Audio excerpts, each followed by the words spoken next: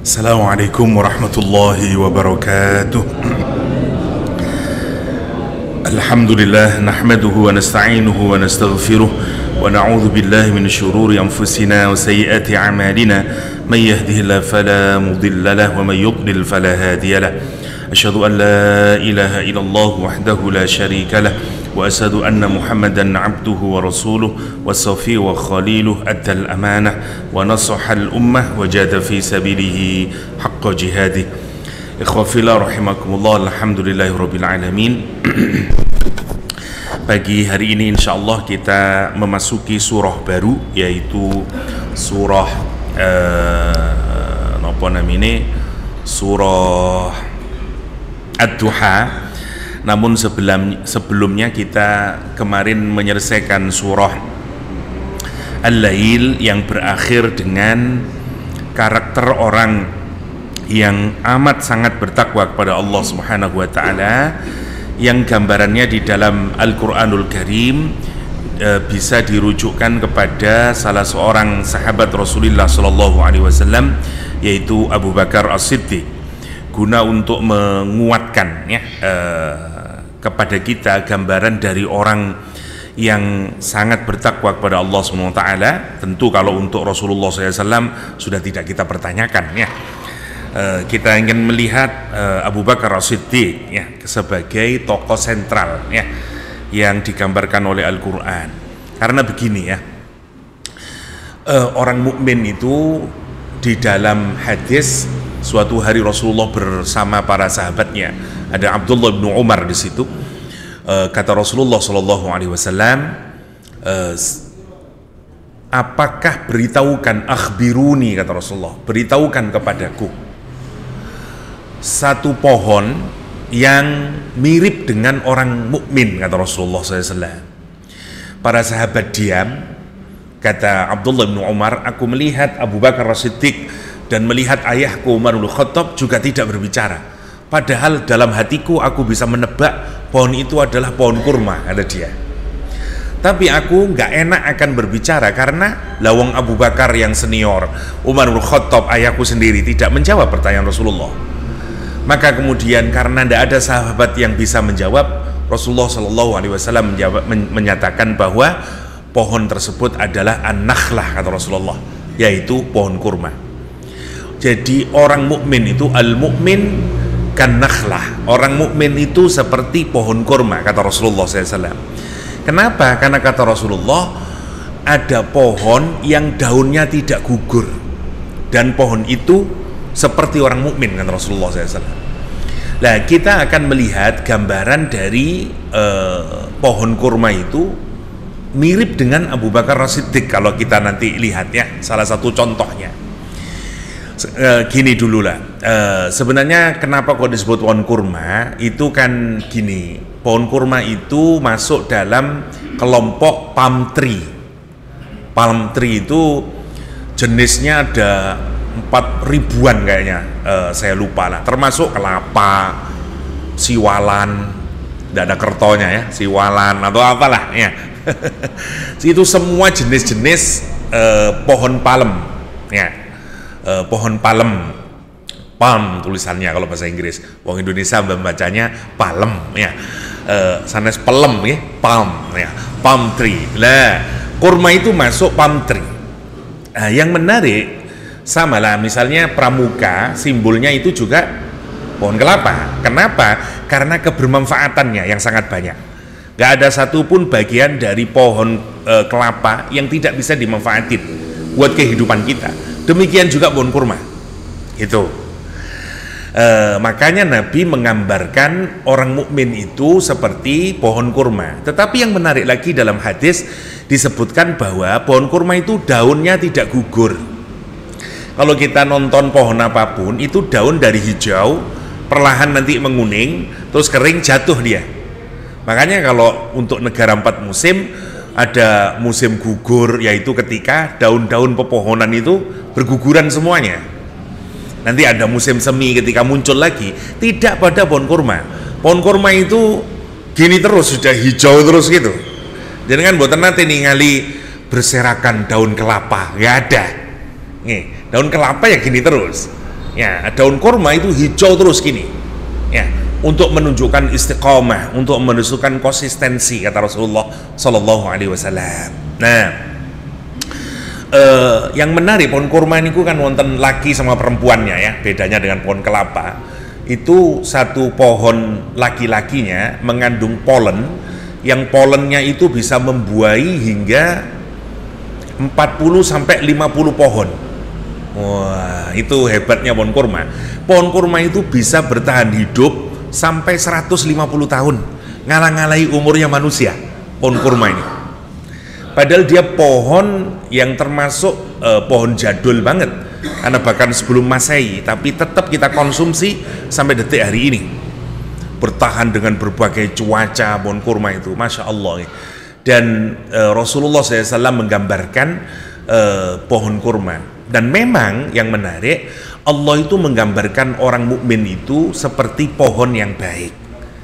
Misalnya Allah SWT menyatakan, alam taro kaifa daraballahu mathalan kalimatan kalimatan thayyibatan kasajaratin thayyibatin, asluha thabitun wa far'uha fis sama tu'ti ukulaha kulla hinin biidni rabbihim, kata Allah SWT. Jadi Al-Quran itu menggambarkan, mengkontraskan antara orang mukmin dengan orang kafir. Nanti yang orang kafir gambarannya seperti kasajarotin khobisatin, kata Al-Quran Karim. Nah, gambaran orang mukmin itu seperti pohon yang baik, kata Allah SWT. Akarnya menghunjam jauh ke dalam bumi dan cabang-cabangnya menjulang ke atas langit sana. Yang pertama, manusia disamakan dengan orang beriman, disamakan dengan pohon. Itu dulu yang poin yang pertama. Kenapa? Karena kalau kita ini menanam pohon itu tidak sekaligus langsung jadi. Jenengan tanam pohon hari ini langsung berbuah, boten, dia lama. Mulai dari benih harus dirawat, benihnya nanti berubah menjadi kecambah, keluar dia dari tanah, rapuh dia, terus harus dikasih nutrisi, dipastikan cahayanya dapat, terus nanti membesar sampai ujungnya baru dia berbuah, dan butuh lama itu. Makanya di ayat yang lain Allah menggambarkan Rasulullah itu mengkultivasi ya imannya sahabat itu dengan gambaran juga seperti pohon.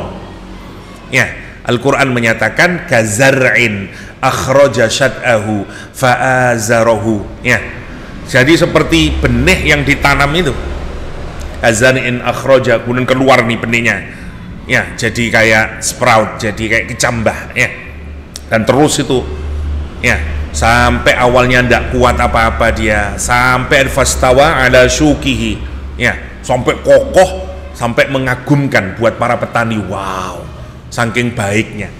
Tapi butuh lama untuk mendidik itu. Satu, kita ini iman itu perlu dirawat, poin nomor satu, karena dia menjadi seperti pohon kelak, ada benihnya. Dan benih harus baik. Apa benihnya itu? Kata para ulama, kalimatin thayyibatin itu adalah la ilaha illallah, tauhid. Atau kalau Ibnu Ashur mengartikan kalimatun thayyibah itu adalah Al-Quranul Karim. Ya, semua ajaran Allah SWT itu yang ada di dalam Al-Quranul Karim, dia adalah kalimatun thayyibah. Dia benih yang harus kita semai. Lah, perhatikan pohon kurma itu. Pohon kurma itu diawali dari benih yang baik, dimasukkan ke dalam tanah. Begitu kita la ilaha illallah Muhammadur Rasulullah, kita menanam benih di dalam hati itu. Dia harus dipupuk, dia harus kena cahaya, dan agar apa? Agar nanti tumbuh akarnya. Lihat, akar pohon kurma itu dia masuk ke dalam tanah dan menyebar. Nanti kalau betul percaya, lihat di internet ya. Akar pohon kurma itu spreading ini, dan ke dalam dan segini, makanya kuat banget dia. Sama seperti kayak pohon kelapa, diterjang oleh angin kayak apa dia berdiri tegak gitu. Kokoh dia. Kenapa? Karena asluha thabitun. Karena akarnya ya, fondasinya dia kokoh.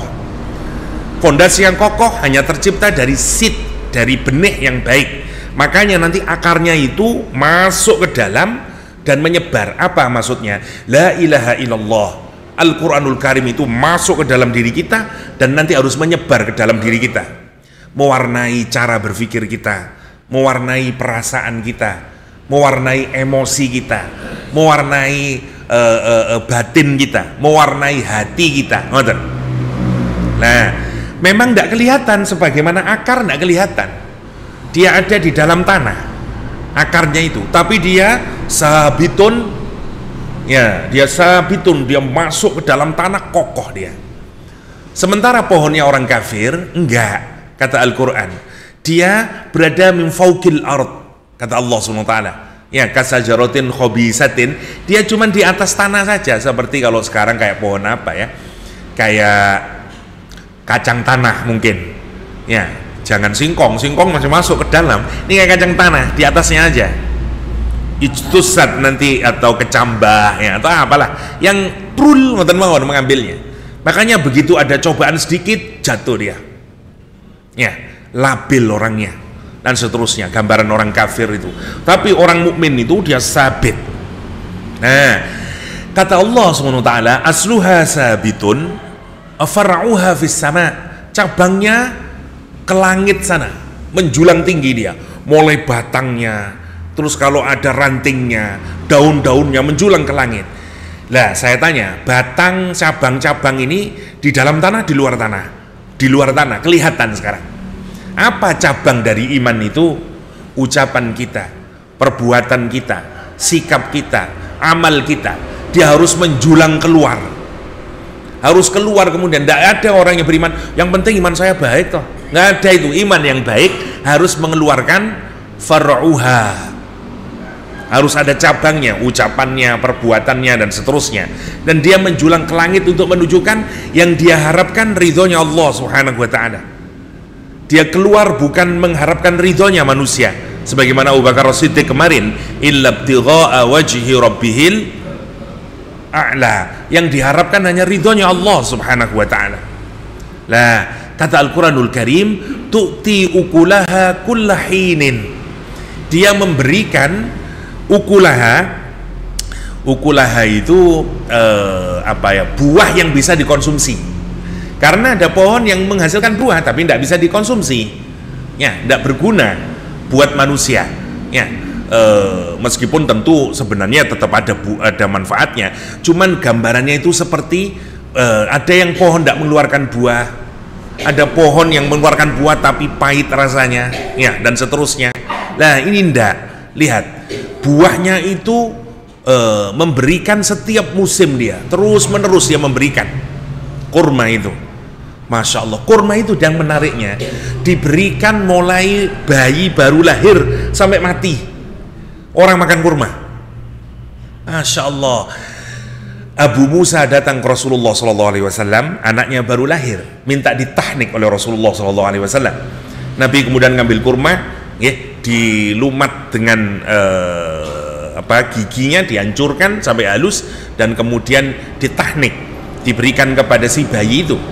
Secara medis sekarang kita mengerti bahwa ada banyak anak-anak, dan ini sudah proof ya, secara medis, bahwa memang ada bayi-bayi tertentu itu bahkan yang kekurangan apa saya kurang ngerti lah, tapi salah satu saran dokter adalah harus memang dikasih gula, dan yang paling cepat diserap oleh tubuh itu nggak ada yang ngalahin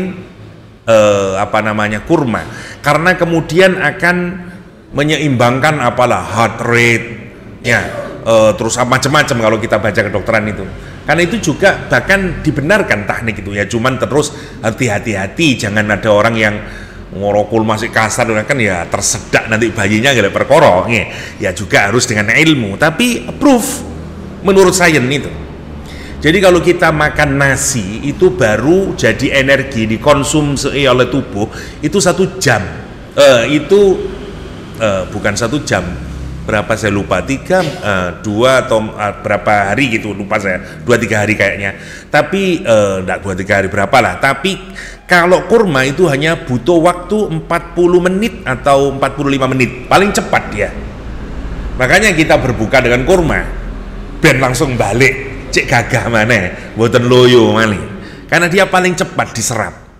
Masya Allah. Jadi dia dikonsumsi mulai bayi sampai mati. Rasulullah SAW menyatakan, jika besok ini hari kiamat, idza qamatis sa'ah, jika hari kiamat ini mau tegak ini, terus di tanganmu itu masih ada biji kurma, tanam itu. Jadi hadis itu membicarakan kurma mulai awal kelahiran sampai the end of the world ini. Allah kalau kita pikirkan. Dan gunanya macam-macam, mulai dari diri kita secara fisik sampai kata Rasulullah untuk ngusir jin, macam-macam dan seterusnya. Itu kurma. Apa intinya itu? Ngasih manfaat sebanyak-banyaknya buat orang lain. Orang mukmin itu gambarannya ngoten. Kokoh dia, akarnya ke dalam tanah, perbuatannya, ucapannya menjulang ke langit ya.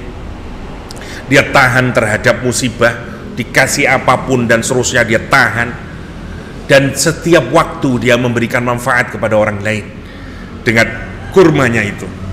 Itu yang digambarkan Allah sebagai gambaran dari orang mukmin. Nah, gambaran yang lebih dekat kepada kita tentang karakter itu adalah Abu Bakar As-Siddiq. Saya bacakan satu hadis ya. Suatu hari dari Sahih Muslim ya, Rasulullah SAW bertanya kepada para sahabat, Man asbaha minkumul yaum sha'iman? Siapa di antara kalian yang hari ini berpuasa? Abu Bakar kemudian berkata, Ana ya Rasulullah, saya ya Rasulullah. Nabi kemudian bertanya lagi kepada para sahabat, Faman tabi'a minkumul yauma janazatan? Siapa hari ini di antara kalian yang mengantarkan jenazah? Ana ya Rasulullah. Yang ketiga Rasulullah bertanya lagi, Faman at'ama minkumul yaum miskinan? Siapa di antara kalian hari ini yang memberikan makanan kepada orang yang miskin? Ana ya Rasulullah. Ditanya lagi oleh Rasulullah SAW, Faman 'ada minkumul yauma maridhan? Siapa di antara kalian hari ini yang mengunjungi orang yang sakit? Kata Abu Bakar As-Siddiq, Ana ya Rasulullah. Ijtama'na fi amri illa dakhalal jannah. Ya, Abu Bakar itu mengumpulkan semua kebaikan itu, dikumpulin oleh Abu Bakar. Ya sholat malam, ya ngantarin jenazah, ya mengasih makan orang miskin, ya menjenguk orang sakit, semuanya ana ya Rasulullah, ana ya Rasulullah, ana ya Rasulullah. Sampai Rasulullah menyatakan ngumpulin semuanya itu tidak mungkin tidak kecuali dia masuk surganya Allah Subhanahu wa taala. Makanya nggak ada orang yang bisa ngompet dengan, bisa mengalahkan Abu Bakar As-Siddiq. Kenapa? Karena tadi itu, Masya Allah, dia seperti pohon kurma, memberikan kebaikannya terus, dan amalannya menjulang ke langit.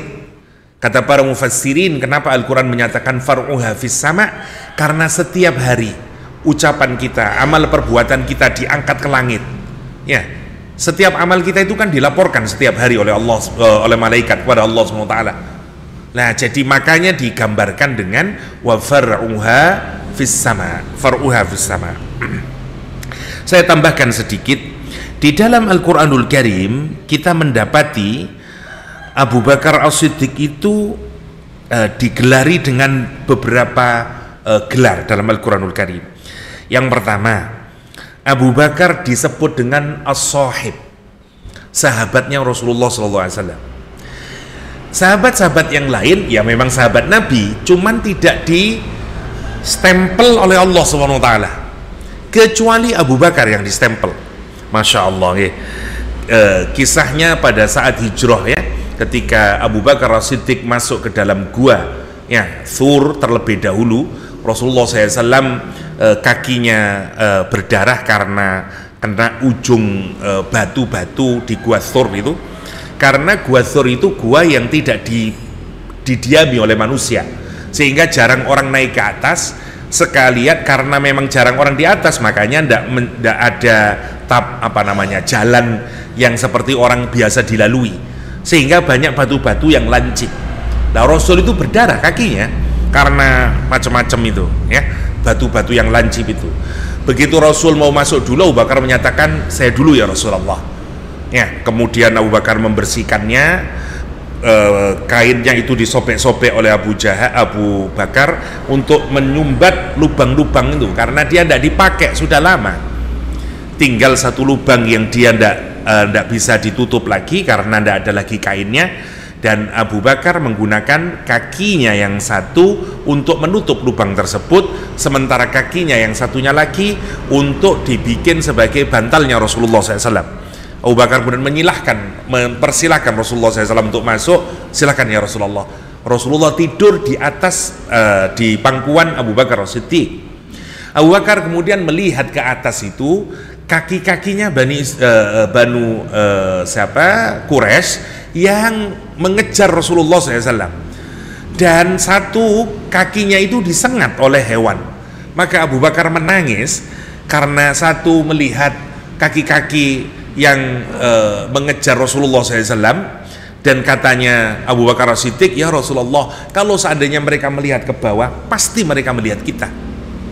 Dan menahan sakitnya sengatan itu tadi, sengatan hewan yang menggigit kakinya Abu Bakar As-Siddiq. Kata Abu Bakar, kalaulah aku yang terbunuh, kata Rasulullah, jangan bersedih, jangan sedih. Ya, apa kata Abu Bakar As-Siddiq? Kalau aku yang terbunuh, ana rajulun wahid, saya ini cuma satu orang saja ya Rasulullah. Tapi kalau engkau yang terbunuh, kata dia, nanti bagaimana itu? Nangis Abu Bakar As-Siddiq. Nah, Quran merekam Abu Bakar As-Siddiq ini dengan kalimat yang menarik. Ya, kata Allah SWT, illa tansuruhu faqad nasarahu Allah idh akhrajahu alladhina kafaru, ya, saniyasnaini idh huma fil ghar idh yaqulu li sahibihi la tahzan innallaha ma'ana. Al-Quran merekam idh yaqulu, ketika berkata Nabi Muhammad SAW li sahibihi, kepada sahabatnya. Siapa itu? Nabi Abu Bakar As-Siddiq. Abu Bakar di dalam Al-Quran digelari dengan as-sahib, sahabatnya Rasulullah SAW. Masya Allah ya. Yang pertama. Yang kedua, dan pembelaannya memang Masya Allah ya, di surah Ghafir dulu saya pernah cerita ya, di surat Ghafir ada kisah yang sangat menarik ketika Ibnu Amr bin As menceritakan, aku bertanya kepada Abdullah bin Amr bin As. Abdullah bin Amr bin As kemudian bercerita tentang hari yang paling berat yang dialami oleh Rasulullah SAW. Kata Abdullah bin Amr bin As, bainan Nabiya SAW yusalli fi hijril Ka'bah. Pada saat itu Rasulullah SAW sedang sholat di hijr Al-Ka'bah. Idh aqbala Uqbah bin Abi Mu'id, Uqbah bin Abi Mu'id kemudian datang, ya, fawadu'a sawbahu fi unukihi, dan kemudian dia meletakkan bajunya di lehernya. Ada kain yang kemudian diletakkan di lehernya, ya, fakhanaqahu, kemudian dia menariknya dengan khanqan syadidan, dengan tarikan yang sangat kuat, ya, sehingga Nabi terikat dengan kain tersebut. Fa'aqbala Abu Bakrin hatta akhadha bimankibaih. Orang kemudian mengabarkan hal tersebut kepada Abu Bakar. Abu Bakar datang dan kemudian mendorong Uqbah bin Abi Mu'id, ya, wa dafa'ahu anin Nabiy sallallahu alaihi wasallam summa qala, dan kemudian Abu Bakar berkata, ataqtuluna rajulan ayyaqula Rabbi Allah, apakah engkau hendak membunuh orang yang kesalahannya hanyalah mengucapkan Robnya adalah Allah Subhanahu wa ta'ala. Itu hebatnya Abu Bakar As-Siddiq, sehingga dia digelari dengan as-sahib, yang pertama. Yang kedua, Quran juga menggelari Abu Bakar itu dengan as-saleh, orang yang saleh, yaitu ketika kisah di surat At-Tahrim, ketika drama cemburunya istri Rasulullah SAW, Aisyah radhiyallahu anha dan Hafsah, yang kemudian Al-Quran menyatakan intatuba, ya, ilallah, jika keduanya bertaubat kepada Allah SWT, faqad saghat qulubukuma, dan sungguh-sungguh sebenarnya hati keduanya juga sudah hendak bertaubat, sudah kepingin bertaubat.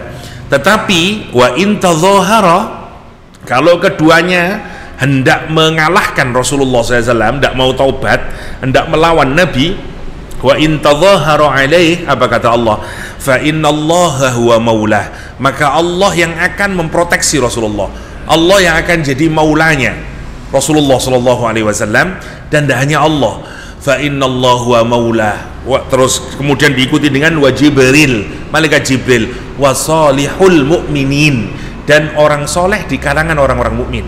Para mufassir mengartikan memang ini maksudnya adalah para sahabat Rasulullah, tapi untuk melihat konteks saat itu, siapa yang menyatakan yang membela Rasulullah saat itu adalah Abu Bakar As-Siddiq dan Umar bin Khattab. Karena itu salihul mukminin di sini bisa dirujukkan memang kepada Abu Bakar As-Siddiq. Karena itu Al-Quran menyebut Abu Bakar As-Siddiq dengan as-salih. Masya Allah. Yang ketiga, Al-Quran menyebut Abu Bakar dengan al-atqa, seperti di surat Al-Lail yang sudah kita bahas kemarin, wasayujannabuhal atqa. Ya, meskipun kalau kita lihat konteks ayat ini sebenarnya dirujukan kepada dua orang ya, kalau kita buka tafsir, satu dirujukan kepada Abu Dahdah yang membeli pohon kurma itu, atau dirujukan kepada Abu Bakar yang membebaskan Bilal bin Rabah. Tetapi ayatnya tentu bersifat umum, meskipun punya kasus spesifik Abu Dahdah dan Abu Bakar As-Siddiq, ayatnya bersifat umum ya. Wasayujannabu al-atqa, orang yang bertakwa akan Allah hindarkan sejauh-jauhnya dari nerakanya Allah Subhanahu wa taala. Siapa orang yang sangat bertakwa itu? Allati yu'ti malahu yatazakka wa ma li ahadin 'indahu min ni'matin tujza illa ibtigha'a wajhi rabbil a'la wa la sawfa yarda. Nah, Al-Quran menyebut Abu Bakar dengan gelaran al-atqa, orang yang sangat bertakwa. Quran lagi-lagi, Masya Allah, kalau mikir Abu Bakar kok ono kayak uang kados ngeten. Quran turun merekam perbuatannya. Kita kalau gini ya, memang gini ya, Allah itu merekam semua amal kebaikan kita dan diingat, tidak pernah dilupakan. Salah satunya adalah kalau kita perhatikan, lihat, direkam kebaikannya Abu Bakar itu sampai kita mempelajarinya hari ini. As-Sahib ya, Masya Allah ya, As-Salih, Al-Atqa. Yang ketiga, Ulul Fadli Was-Sa'ah, gelarannya Abu Bakar itu Ulul Fadli Was-Sa'ah, pemilik keutamaan dan pemilik keluasan. Ulul Fadli dirujukkan kepada orang yang memiliki keutamaan dalam hal spiritual. Ulul Sa'ah merujuk kepada orang yang memiliki karunia duniawiyah, suge soleh. Nah, itu namanya ulul fadli wassa'ah. Apa dalilnya? Surat An-Nur, ketika Abu Bakar As-Siddiq bersumpah untuk tidak memberikan sedekah kepada keponakannya sendiri, Mistah bin Utsatsah. Tapi Allah menegur Abu Bakar As-Siddiq dengan kalimat wala ya'tali ulul fadli minkum wassa'ah. Kata Al-Quran, janganlah engkau wahai orang yang memiliki keluasan ya dan keutamaan bersumpah untuk tidak mau memberikan nafkah lagi kepada muhajir yang miskin dan seterusnya. Maksudnya Mistah bin Utsatsah pada saat itu. Abu Bakar As-Siddiq disebut oleh Al-Quran dengan ulul fadli wassa'ah. Terakhir, Quran masih menyebutkan tentang Abu Bakar As-Siddiq ketika Abu Bakar mengusulkan seorang amir ya, atau seorang pemimpin, datang utusan, Abu Bakar menyatakan, ya Rasulullah, angkatlah si fulan menjadi pemimpin itu. Umar kemudian menyatakan, jangan ya Rasulullah, si fulan saja yang jadi pemimpin, sehingga suaranya mengeras. Turun ayat Al-Quran kepada keduanya, yaitu kepada Umar bin Khattab dan kepada Abu Bakar As-Siddiq. Al-Quran menyatakan, ya ayyuhalladzina amanu ya, la tuqaddimu baina yadayillah wa rasulihi wattaqullah innallaha sami'un alim. Ayat ini turun kepada kedua mereka. Mereka disebut sebagai ya ayyuhalladzina amanu ya. Masya Allah, itu Abu Bakar As-Siddiq yang sangat mulia perbuatannya, yang merupakan gambaran dari nopo namine al-atqa, gambaran dari kasajaratin thayyibatin, kasajaratin thayyibatin. Oke, saya kira itu cukup nih untuk tambahan berkenaan dengan Abu Bakar As-Siddiq. Kita kalau mau membahas Abu Bakar secara detail panjang banget nih, panjang banget suatu saat insyaallah.